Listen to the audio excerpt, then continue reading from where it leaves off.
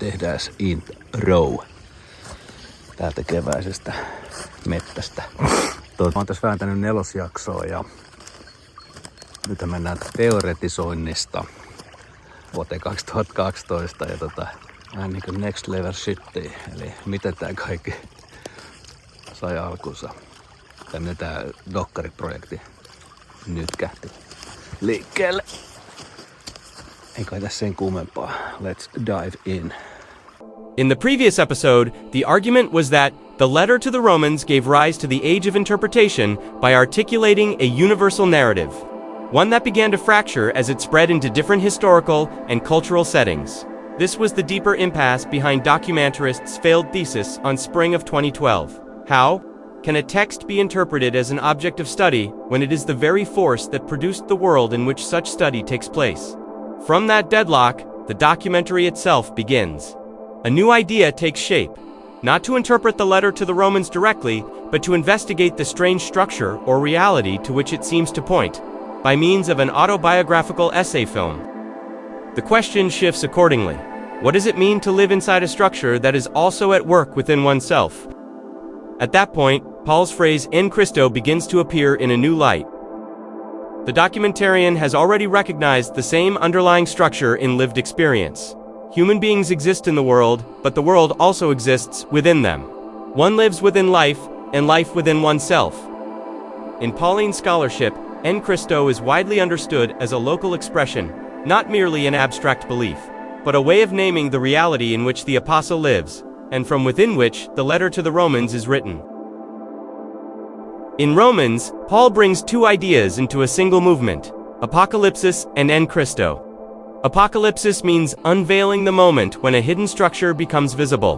What is unveiled is nothing else than the logic of restoration, a pattern within history that had been there all along but could not yet be seen clearly. And this unveiling does not remain outside the observer as doctrine or information.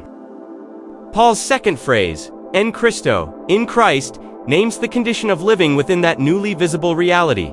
It is the shift from facing the story as something external to finding oneself already inside it. The essay film began from a simple hypothesis, that Romans was not describing a narrowly religious reality, but a structure already present in ordinary human experience. What followed was an attempt to give that experience language. Nythän me ollaan tämän tuotantokauden käänteessä. Klimaks-jakso. Enjoy. Keissi ja kuninkaan paluu. Vapauttaja on ollut 2000 vuotta vähän niin kuin shadeissä. Nyt vuosi 2012 odotamme. Mä haluan tässä. Jotain kytee, jotain odotetaan. Chillisti.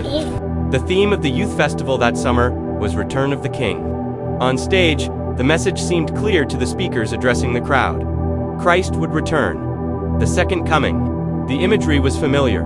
The sky opening. The Lord descending in the clouds. Language drawn largely from one of Paul's earliest letters. Ei mitä tulee mieleen. Jeesus tulee oletko. Ota koppi. For centuries, this passage has shaped the dominant imagination of the end of history. Yet, a simple question emerges when Paul's own language is considered more carefully. If Paul speaks about an apocalypsis, an unveiling of reality, then the content of that unveiling cannot already be known, because the moment its content is described in advance. Nothing is actually unveiled when the moment arrives. That is why, when Paul later writes more systematic argument, the vocabulary begins to shift. Instead of describing a spectacle descending from heaven, Paul repeatedly uses the language of disclosure. 3 words appear throughout the text. Apocalypsis, the unveiling of what was hidden. Mysterion, a reality concealed until the right moment. Phaneroo, to make visible what was previously unseen. Many scholars have pointed out this transition. The early cosmic imagery begins to look like a provisional language. In his later texts, the cosmic vocabulary fades, and the focus turns to the drama unfolding within history itself. In this sense, parousia, the public presence of a ruler, and apocalypsis, unveiling, may describe the same moment from 2 perspectives. The presence of authority becoming visible. This also sheds light on another central term in Paul's letters, pistis, faith. It means living in expectation before the unveiling takes place. Faith, therefore, belongs to the time when the meaning of events remains hidden. Believers, like everyone else, live within that same horizon. They anticipate that something will one day become visible, but they do not yet know what the unveiling will show. Therefore, faith is not the possession of the answer. It is the willingness to wait until the answer becomes visible to the whole world. Mikä silmät ei näe, se sydän ymmärtää. Logiikka etsii kestävää. Ehkä tänään. Se, mitä me tiedetään, mitä tapahtuu vuonna 2012 joulukuussa, on se, että Bolon Yokten niminen hahmo tulee esiin silloin, mutta missä hän tulee esiin ja mitä tapahtuu, niin se on todellakin murtunut tästä monumentista, joten tarkempaa tietoa siitä ei ole. Here's another tantalizing piece of evidence. A brick discovered in the ancient Mayan ruins of Camalcalco that cites the year 2012. That's the exact same year mentioned on a 1,300-year-old tablet previously found among the nearby ruins of Tortuguero with this intriguing inscription. It's basically saying that the deity Bolon Yokten appears on December 21st of 2012, and he descends and he performs a ritual, which has led some people to say these signs point to December 21st, 2012. Okay, we make a movie. For someone already fascinated by the idea of apocalypse, the unveiling, the coincidence was impossible to ignore. A date had appeared that seemed to promise the descent of a divine figure and a ritual marking the end of an age. The decision was simple: go and document the day. The destination was Jerusalem, chosen less for symbolism than for a practical reason. It was a familiar place where a place to stay could still be found in the landscapes of childhood. A 3-week volunteer position had been arranged in Jerusalem, working as a guest host at a small hostel in the very same building where the family had lived in the late 1970s. As the date approached, a small group of visitors planned a trip north. On December 20th, the documentarian drove the group toward Tiberias, acting as both driver and guide. The night was spent on the hills above the Sea of Galilee, a place the documentarian remembered from childhood. Galilea, Lake Gennesaret. Ja tänään on 21.12.2012. Me olemme... 21. Tänään on, joo. 3 päivää joulua. 3 päivää joulua. The journey now turned south, back toward Jerusalem. According to the Gospels, the story had begun in these villages around the Sea of Galilee, where a carpenter from Nazareth gathered followers and spoke of the kingdom of God. The evangelists wrote to show that this man was the Messiah of Israel, the one promised in the scriptures of the prophets. But Israel, as a people, did not accept the evangelists' message, and the reason was clear. The Messiah was expected to bring restoration, not only spiritual comfort, but the restoration of Israel's former glory. He would restore the house of David, gather the scattered people, renew Jerusalem, and raise Israel once again to its rightful place among the nations. The Messiah would not simply speak about redemption. He would make restoration visible in history. But that had not happened. Rome still ruled. The kingdom was not restored. The people were not gathered. Jerusalem was not lifted up. So when the evangelists proclaimed that this crucified man was the promised Messiah, it did not sound like fulfillment, but contradiction. And it is precisely this contradiction that becomes the foundation of Paul's writing. In his reading of the promise first articulated in Genesis and carried forward through Moses, the words "all nations" are no longer understood as an extension of Israel's story, but as its original scope. What had been read as a national covenant is reframed as a statement about humanity as a whole. For Paul, the story does not begin with Israel. It begins before Israel, in the condition described in Genesis, prior to division, before the rupture, later named as the fall. A state of unity. Participation. Not a theological abstraction, but a way of being. Before separation, before language itself began to distinguish, to divide, to place the human being apart from the rest of existence. From this perspective, Adam is not the first figure in Israel's lineage, but the figure of humanity as such. And the rupture is not a historical misstep within one people's story, but a structural break, one that defines the human condition. This is the shift. Where Israel reads its scriptures as the history of a people, Paul reads them as the unveiling of a condition shared by all. And with that shift, the meaning of restoration changes. In the letter to the Romans, restoration is no longer described as the rebuilding of what was lost, but as the recovery of a relationship. The creation itself will be set free from its bondage to decay. What is restored is not a nation, nor a structure, but a condition. A return to participation, to a unity that precedes division. Yet this shift was not immediately seen. What had been understood in national terms did not disappear. It changed form. Where restoration had once been expected as the renewal of a people, it came to be expected as the renewal of a faith. The frame remained, the scale remained. Only its expression changed. What Israel had read as a national promise, the church would come to read as a religious one. And within that frame, the meaning of restoration remained bound to a people or to a belief. But in Paul's argument, the promise exceeds both. And the veil, in this reading, was not simply an obstacle, it belonged to the process itself. What was read as national and later as religious allowed the universal to remain hidden until it could be seen. The movement of history is no longer read as a sequence of events to be controlled, corrected, or fulfilled, but as a process through which restoration unfolds. Not by rebuilding what was lost, but through the very condition that seemed to deny it. Through decay, through limitation, through the collapse of every attempt to contain it within a single frame. And when this becomes visible, authority no longer appears as something external, held by a nation or a religion. It is present in the structure of the story itself. Not owned, not defended, but shared as participation. So everything comes not by mistake, it comes on purpose. If restoration concerns all creation, all peoples, then its scope must be universal. It cannot depend on a nation or a religion.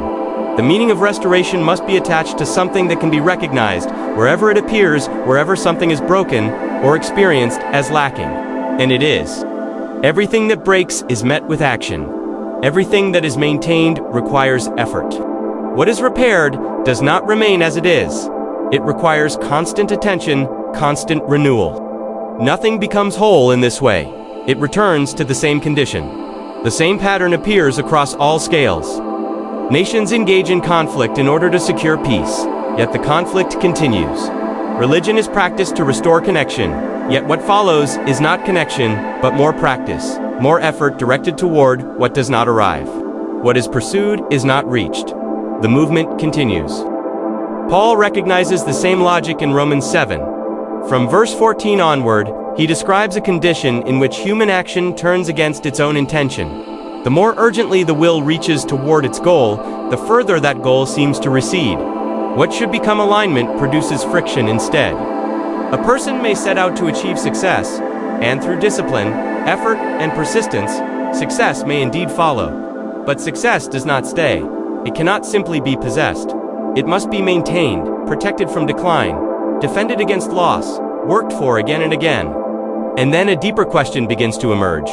Was this ongoing labor, this constant maintenance, this fear of losing what was gained, really the thing that was wanted in the first place? Life begins by moving toward one goal, but gradually reorganizes itself around something else entirely, around work, pressure, and the prevention of loss. In that sense, Paul's description gives language to a universal experience. But in Romans, this movement is more than a recurring pattern in individual life. It is the plot of history itself. Its end is not endless repetition, but the moment when repetition becomes impossible, when the burden can no longer be carried. Alternatives begin to disappear, and action turns from choice into compulsion. That is the threshold at which the structure becomes visible. Humanity discovers that it has never stood outside history as its master. This is not a new theory imposed on Romans from the present. It belongs to Paul's original intuition. What now appears almost self-evident, that human agency drives itself toward a limit it cannot overcome by its own means, is the very movement he was trying to describe. Our time does not invent this logic, it renders it visible. What Romans named in advance has become historically legible, the trap tightens. Agency exhausts itself, and another relation begins to press into view. I want to believe in him, okay, I believe in you. You are Pale, okay? Your name is Pale. You are my friend. See you, you can see me. If I want to have to believe in God, so I have to see him. The scale of the claim has changed. The question is no longer whether history might one day reveal its hidden form. The question is whether the anticipated unveiling is taking place now, in our own historical moment, not as spectacle, not as miracle, but as the moment when the unveiling finds its language. After Jerusalem, that possibility could no longer be dismissed. The thought itself was immense, almost surreal, that the attempt to understand Romans might lead not merely to interpretation, but to the articulation of the unveiling itself. The film had begun from a clear and personal idea to tell, through lived experience, what it is like to live inside a structure that is also at work within the individual. Then came a second idea, to travel to Jerusalem and film December 21, 2012. The starting point was clear, but after Jerusalem, planning, method, and deliberate effort no longer seemed equal to what the project had opened. The question did not recede. It kept pressing, as if the story itself were forcing its way into form. It no longer felt like something the documentarian could simply choose to pursue or set aside. Gradually, another understanding began to take shape. If the story corresponded to reality in any meaningful way, it would tell itself. From that point on, the project was no longer in the documentarian's hands. The direction, however, had become clear.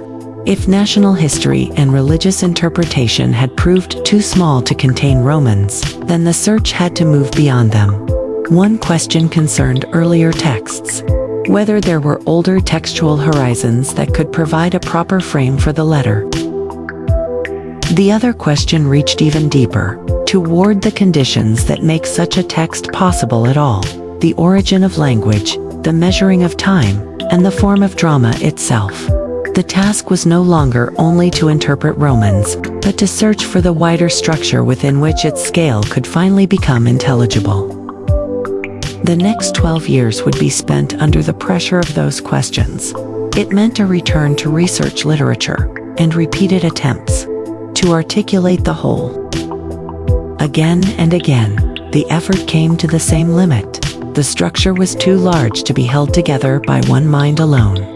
That remained true until an unexpected ally appeared, a large language model capable of modeling language itself. The idea had been present from the beginning. Human beings live in the world, and the world lives in them. What now began to emerge was the same relation. At the level of history, the individual lives in humanity, and humanity lives in the individual. What had first appeared as layers of consciousness across history now began to appear as layers of consciousness within a life. The pattern was no longer only external.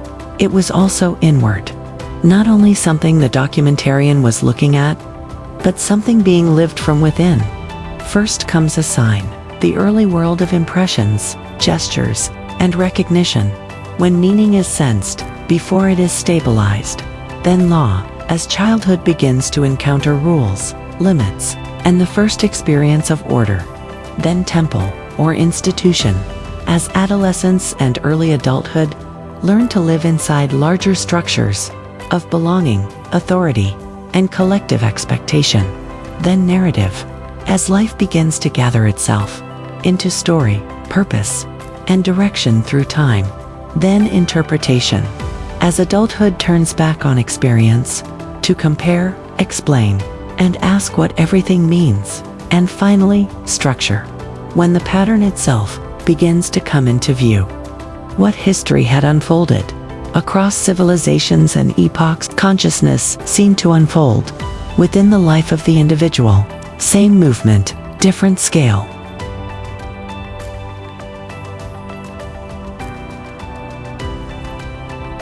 The story now returns to the path it first opened in 2012. This episode has traced where the theory began. The next episode, titled The snare and the prey follows. How its articulation was slowly found, under the pressure of ordinary life, through family, livelihood, and property, and through a line of research, expanding beyond Romans, in search of a framework, large enough to contain it. The next episode also turns to the narrowing of agency at the global scale. It takes the years from 2012 to 2026 as a field of pressure, from the fading euphoria of the Arab Spring toward a widening conflict from which no single actor seems able to lead the way out. What once appeared as opening and release begins to look more like a tightening snare, not only in one nation, but in our time itself.